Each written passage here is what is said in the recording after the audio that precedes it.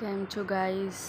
અને જો as usual આપણે 7:30 ટકોરે આપણા રસોઈનું કામ ચાલુ કરી દીધું છે.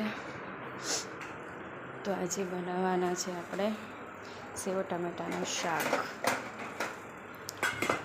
ગાઈસ, આજે તો મારે મોર્નિંગથી વ્લોગ ઉતારવાની ઈચ્છા હતી, પણ સવારે થોડી પ્રોબ્લેમ થઈ ગઈ મને. હોસ્પિટલ ભાગવું પડ્યું હતું ઇમરજન્સીમાં, જે તમને વ્લોગમાં ખબર પડી જ ગઈ હશે જોઈને.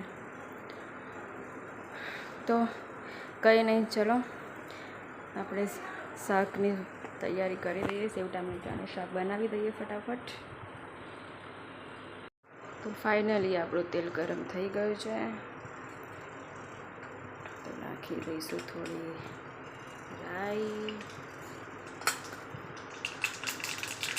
થોડું જીરું,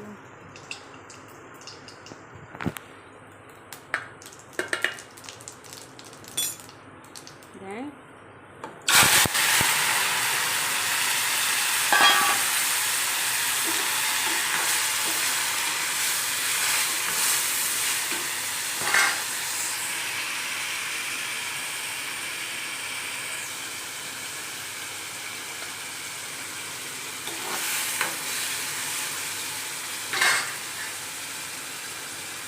હવે નાખી દઈશું થોડી હળદર, થોડું મરચું,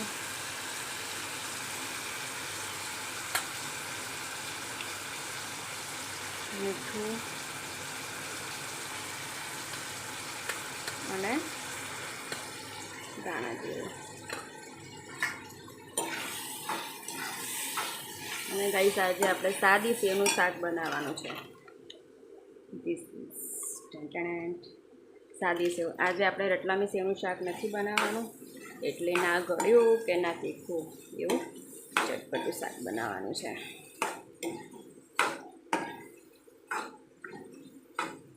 હવે આપણે થોડી વાર એને સીજવા દઈશું, પછી થોડી વાર એને આપણે અંદર પાણી એડ કરીશું, અને ત્યાર પછી સેવ.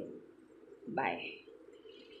તો ગાઈસ, છે ને આપણે અહીંયા ફ્લેટમાં ટોપ ફ્લોર ઉપર રહીએ છીએ ને, તો સામેના ફ્લેટમાં એ લોકો જે ટીવી જો ને આપણને અહીંથી કમ્પ્લીટ દેખાય. મતલબ આપણે આપણું ટીવી ના જોઈએ ને એ લોકોના ટીવીમાં જોઈ લઈએ તો બી ચાલે.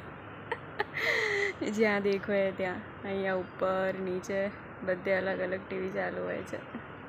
જોકે તમને નહીં દેખાય, કેમ કે આપણો ફોન એટલો કેમેરાનું રિઝલ્ટ એટલું હેવી ફોન નથી, એટલે એટલું રિઝલ્ટ તમને નહીં દેખાય, પણ અહીંયાથી મને કમ્પ્લીટ દેખાય છે.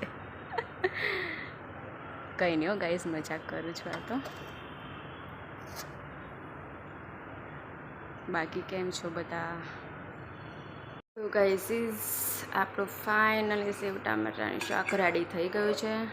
અને હા, મેં અંદર આવતી જતી ખાંડ પણ એડ કરી હતી, હા, પણ એને કેદ કરવાનું ભૂલી ગઈ કેમેરામાં. તો ચલો, આપણું શાક રેડી થઈ ગયું છે. બાંધી દીધો છે ભાખરીનો લોટ.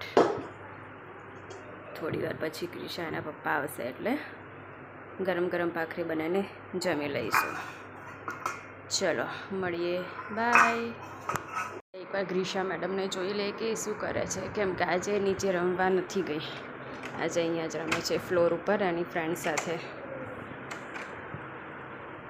હાય.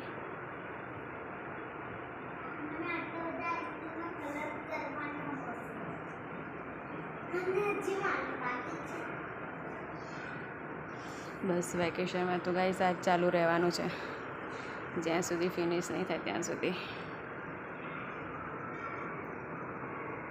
ગયા છે તો ચલો લઈ લઈએ દૂધ.